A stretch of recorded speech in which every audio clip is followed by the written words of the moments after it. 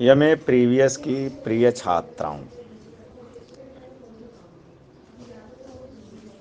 पिछली क्लास में मैंने तुम्हें द्वितीय प्रश्न पत्र हिंदी साहित्य के इतिहास के संदर्भ में काल विभाजन और नामकरण के आधार की चर्चा की थी। इसको और विस्तृत रूप से जानने के लिए कोई भी पुस्तक तुम देख सकती हो, खास करके नगेंद्र की पुस्तक इस मामले में थोड़ी मुझे ठीक लगी। बाकी और जो भी पुस्तक तुम्हें अच्छी लगे उससे इसको और विस्तार दे सकती हो और व्यापक नोट्स बना सकती हो। आज हम चर्चा करेंगे आदिकाल की उपलब्ध सामग्री, क्योंकि सामग्री के बिना, उसको समझे बिना अध्ययन को व्यापक रूप नहीं दिया जा सकता है। यह इसलिए भी जरूरी है कि आदिकाल का नामकरण और काल विभाजन जब हम पढ़ेंगे तो पाएंगे कि इस के नामकरण और काल विभाजन पर बहुत सारी बातें कही सुनी जाती हैं। तो जब हमारे सामने इस काल की उपलब्ध सामग्री रहेगी तो हमारे लिए आसान रहेगा कि बहुत संक्षेप में ही इसके नामकरण और काल विभाजन के औचित्य को समझ लें। और चूंकि यह एक इलेक्ट्रॉनिक माध्यम है तो इसकी अपनी सीमाएं हैं, और विस्तार में जाने के लिए परीक्षा के दृष्टि से, हिंदी साहित्य के क्षेत्र में अपना व्यक्तित्व बनाने के दृष्टि से अन्य पुस्तकों का सहारा लेकर के और इसको व्यापकता और गहराई दे सकते हैं। इस दृष्टि से हम देखते हैं तो आदिकाल की उपलब्ध सामग्री में सबसे पहले जो नंबर आता है वो आता है सिद्धों और नाथों का। मैंने कहा था कि साहित्य के अर्थ में ही सौहित्य निहित है, अर्थात साहित्य में जो सौहित्य का भाव है वह साहित्य को बहुत हद तक पूरी तरह स्वतंत्र नहीं रहने देता। वह अपने अनुरूप कच्ची सामग्री सामाजिक, सांस्कृतिक और राजनीतिक परिस्थितियों से लेता है और अपनी तकनीक के सहारे उन चीज़ों को अभिव्यक्त करता है जिससे वही चीज़ें विषय वस्तु के स्तर पर सामान्य जनता के बोध के स्तर तक पहुंच जाएं और सामान्य जनता को साहित्य के माध्यम से चीज़ों को समझना ज़्यादा रुचिकर लगे। साहित्य में एक शब्द आता है कांता सम्मति उपदेश। यह कांता सम्मति उपदेश तुम बहुत अच्छी तरीके से समझ सकती हो क्योंकि उम्र के इस पड़ाव पर हो। कांता सम्मति उपदेश का तात्पर्य यह है कि जैसे कोई भी तुम मान लो कोई साधु, महात्मा, नैतिक, धर्माचारी या यूं कहो मेरे जैसा खड़ूस अध्यापक या माता पिता कोई बात कहते हैं तो ऐसा लगता है कि ये तो बड़बड़ कर रहे हैं, असली जीवन इतना अच्छा वैसा नहीं होता है। तो वो बस उनके कहे हुए बात को सामान्यतः हम ड्यूटी यानी कि कर्तव्य मान करके कई बार कर ले जाते हैं, अंदर से बहुत हद तक मन लगाकर करने की स्थिति में नहीं होते हैं। वही बात जब प्रेयसी कहती है तो उसकी बातों में इतना घुला मिला तत्व होता है कि उसके कहने पर वह अच्छी बात सामान्य रूप से उपदेशात्मक या विवरणात्मक नहीं लगती, आदेशात्मक नहीं लगती और उस कार्य में हम प्रवृत्त हो जाते हैं। तो साहित्य का एक बड़ा काम कांता सम्मति उपदेश है। यह समझाने का आधार काव्य शास्त्र पढ़ाना नहीं था, यह समझाने का आधार सिर्फ यह था कि जिन सामाजिक राजनीतिक परिस्थितियों को हम समाज शास्त्र की किताबों, इतिहास की किताबों, राजनीति शास्त्र की किताबों या यूँ कहें कि कई बार अर्थशास्त्र की किताबों से समझने का प्रयत्न करते हैं, इतिहास से समझने का प्रयत्न करते हैं, उस समय वह एक कर्तव्य बोध से युक्त होता है और बहुत ज़्यादा कई बार वो रुचिकर नहीं लगता है। जब साहित्य के माध्यम से उसमें हम घुसते हैं तो उसमें वह शैली के आधार पर ऐसे तत्वों का निर्माण करता है जिसके द्वारा हम उसको विधिवत समझ सकते हैं।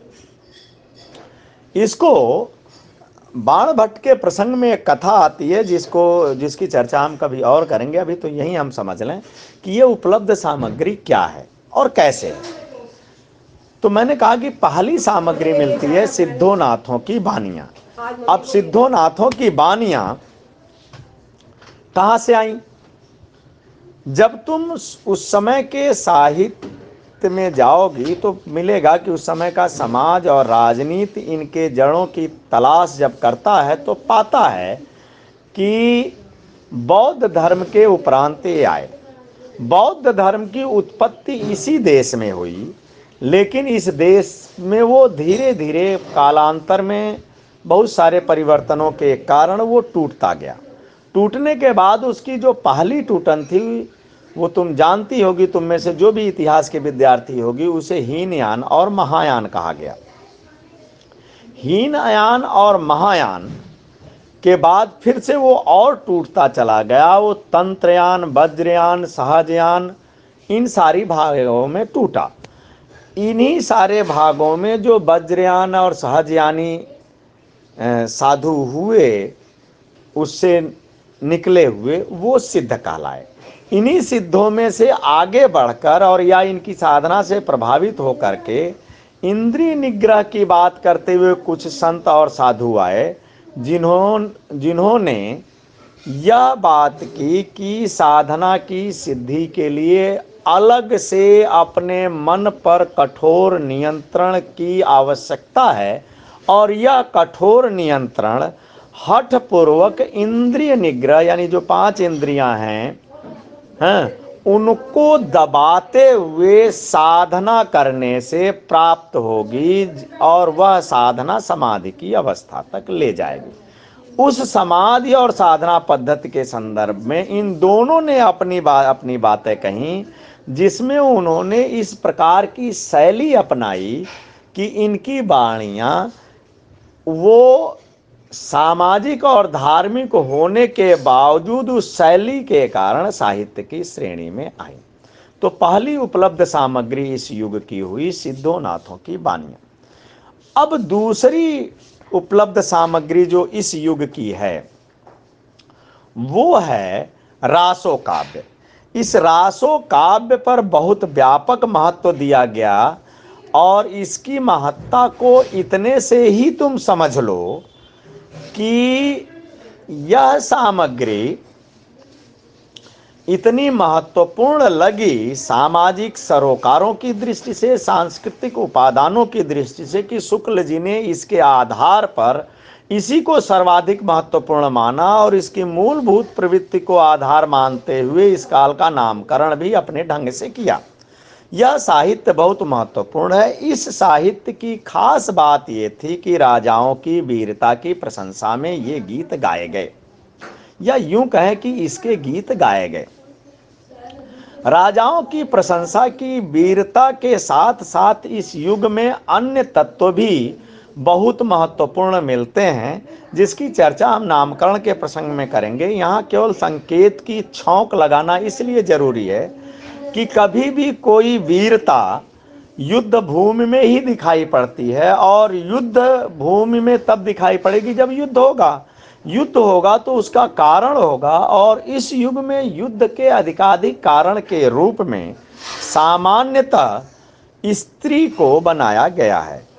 जाहिर सी बात है कि जब स्त्री युद्ध का कारण बनेगी तो उस संबंध में वहां पर नायिका बोध आएगा, और नायिका बोध आएगा तो वहां पर स्त्री के रूप, सज्जा, श्रृंगार आदि के वर्णन के संदर्भ में वीर रस यानी कि रासों के साथ साथ वीर गाथात्मकता के साथ साथ श्रृंगारिकता भी आती जाएगी।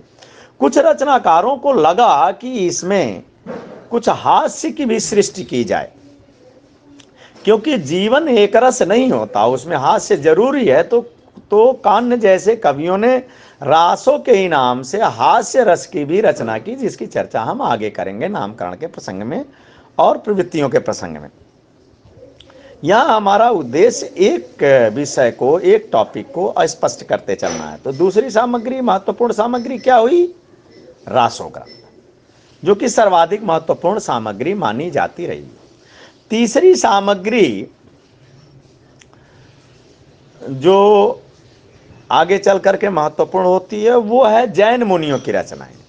इस युग में गुजरात, राजस्थान आदि अनेक स्थलों पर जैन मुनि रहते थे और वो जनता पर अपनी साधना पद्धति, अपने विचार, उनका प्रभाव छोड़ने के लिए अपनी धार्मिक वाणियों को साहित्यिक स्वरूप प्रदान करते हुए जनता के बीच आ रहे थे। उनकी वाणियों को संकलित किया गया, उन्होंने उसको रचित भी किया, तो उनकी रचनाएं भी सामने आती हैं जो सामान्यतः शांत रस में है, क्योंकि धार्मिक साधना और उससे संबंधित उपदेश किसी बहुत उत्साह या अन्य भावों से, श्रृंगार आदि भावों से समायोजित नहीं हो सकते। वो शांत भाव से अपनी बातों को जनता के सम्मुख रखते हैं। एक तीसरा और अत्यंत महत्वपूर्ण उपादान आता है जो इन्हीं उपादानों के तहत आता है। वो उपादान ये है कि कुछ कवि इन मुख्य धारा की प्रवृत्तियों से अलग छोटी मोटी रचनाएं रच रहे थे, जिन्हें आचार्य रामचंद्र शुक्ल ने फुटकल खाता नाम देकर अलग से निरूपित किया है। और वो आगे चल करके जब तुम एमए के उपरांत शोध करोगी तो उसके लिए एक बहुत सामग्री, कच्ची सामग्री के रूप में आते हैं कि उसको जांचना परखना ठीक से अभी बाकी है कि जिन रचनाकारों और कवियों को आचार्य रामचंद्र शुक्ल ने इन फुटकल खाते में डाला है, क्या वो सचमुच में इतने महत्वहीन है कि बिल्कुल मुख्य धारा में नहीं आ सकते? इस दृष्टि से वो फुटकल खाता महत्वपूर्ण है। तो उस फुटकल खाते पर भी हमको एमए में ही अभी निगाह डालनी होगी, ताकि हमारा विजन, हमारा दृष्टिकोण, जीवन दृष्टि और बदले और आगे चल करके शोध का मार्ग इस दिशा में और प्रशस्त हो। इस प्रकार से इस समय की यह उपलब्ध सामग्री पूरी हमारे सामने आती है, जिसमें पहले नंबर पर सिद्धों और नाथों की वानियाँ, दूसरे नंबर पर कालक्रम की दृष्टि से सामान्यता मैं बता रहा हूँ, इसमें आपस में आवाजाही लगी रहती है। कई बार होता है कि इसके साथ ही उस तत्व की, जो दूसरा तत्व हम करें दूसरे नंबर पे आ रहा हो, पहले तत्व के साथ उसकी एक आध रचनाएं मिल जाए, ये कोई बड़ी बात नहीं है। लेकिन अध्ययन की सुविधा की दृष्टि से इसी रूप में हम बंटवारा किए कि पहला ये, यानी कि पहला सिद्धोनाथों की वानियाँ, दूसरा वीर गाथात्मक या वीर रस की रचनाएं जिन्हें रासो काव्य कहा गया, तीसरा जैन मुनियों की शांत रस की रचनाएं, और चौथा अन्य फुटकर रचनाएं इस युग में हुई। एक चीज और हमको कहना पड़ेगा कि जब मैंने शुरू में ही कहा था कि संस्कृत से हिंदी साहित्य का उद्भव होता है, संस्कृत से पाली, पाली से प्राकृत, प्राकृत से अपभ्रंश, और अपभ्रंश तक आते आते वह स्वरूप हमें मिलने लगता है जिसे हम हिंदी कहते हैं। इसीलिए अपभ्रंश को ही आचार्य चंद्रधर शर्मा गुलेरी ने पुरानी हिंदी कहा था, या विद्यापति ने देसी भाषा यानी कि लोकजन की भाषा कहा था, देसिल बैना के नाम पे। तो यहाँ से हमें हिंदी का स्वरूप मिलने लगता है और हिंदी आगे बढ़ने लगती है और हिंदी साहित्य का अध्ययन हम शुरू कर देते हैं और वो विविध रूपों में मिलने लगता है, उसकी बोलियां मिलने लगती हैं। इस दृष्टि से ये उपलब्ध सामग्री है। और पिछली क्लास में ही मैंने अपभ्रंश के संदर्भ में ये कहा था कि अपभ्रंश से हिंदी की कौन कौन सी उपभाषाएं और बोलियां मिलती हैं, उनका अध्ययन अलग से करके रखना, जो संक्षेप में नगेंद्र के साहित्य के इतिहास नामक पुस्तक में है, और विस्तार से भवानी दत्त उप्रेती, हरदेव बाहरी, भोलानाथ तिवारी आदि की भाषा के इतिहास संबंधी पुस्तकों में है। तो इस दृष्टि से उनका अध्ययन बहुत महत्वपूर्ण है। इसमें ध्यान रखने वाली बात यह है कि इन प्रवृत्तियों का आरंभ होता है और बहुत तीव्र विकास होता है, जिसे हम हिंदी साहित्य के तहत कहते हैं, जिसमें हिंदी की विविध बोलियां आती हैं। इसका तात्पर्य कतई नहीं है कि पुरानी समझी जाने वाली भाषाएं और बोलियां पूरी तरह से समाप्त हो जाती हैं, उनमें रचनाएं बिल्कुल बंद हो जाती हैं। ऐसा नहीं है, उनमें भी रचनाएं निरंतर अपने आयाम के तहत चलती रहती हैं। उदाहरण के लिए संस्कृत लोक भाषा नहीं है, जन भाषा नहीं है, लोगों में आपसी बातचीत के व्यवहार की भाषा नहीं है। इसके बावजूद संस्कृत में रचनाएं कुछ लोग आज तक कर रहे हैं, लेकिन उनका महत्व चूंकि गौड़ है, इसलिए वो अध्ययन के उस आयाम को पहुंच नहीं पाते जो आधुनिक भारतीय आर्य भाषाएं पहुंचती हैं, जिनमें से कि एक हिंदी है और ये महत्वपूर्ण है। तो आदिकालीन दृष्टि से जब हम बात करेंगे तो इस तथ्य को हम ओझल नहीं होने देंगे कि वो सारी भाषाएं लुप्त अभी नहीं हुई हैं, उनमें अभी भी सृजन चल रहा है, लेकिन मुख्य धारा की भाषाएं नहीं हैं। मुख्य धारा की जितनी भी भाषाएं हैं, उन भाषाओं में हिंदी अत्यंत महत्वपूर्ण भाषा है। इसका पहला काल आदिकाल है, और आदिकाल की उपलब्ध सामग्री में ये 4-5 तत्व हैं जिनको मैंने चर्चा की थी। फिर से इनको एक बार सुन लो। सिद्धोनाथों की बानियाँ, वह रासो ग्रंथ यानी कि वीर गाथात्मक और वीर रसात्मक काव्य, जैन मुनियों की शांत रस की रचनाएं और कुछ फुटकल रचनाएं। बस आज इतना ही।